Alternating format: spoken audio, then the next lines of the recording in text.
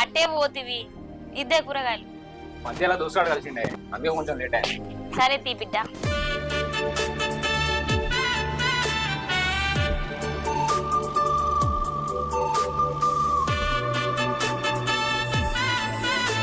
బిడ్డ ఇంకా మామయ్య ఫోన్ చేసిండు, బాగా స్పీడ్ గా పోతానమాట. గంత స్పీడ్ ఎందుకు పోతాను బిడ్డ, జర మెల్లగా పోతుంది. బాబు గా మాత్రం స్పీడ్ పోకుండా ఎట్లుంటది, గా మాత్రం స్పీడ్ పోద్దా.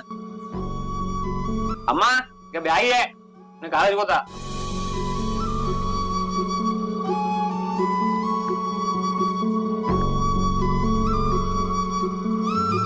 అరే జర పైలంగా పోరా, సరేనా? సరే అమ్మా.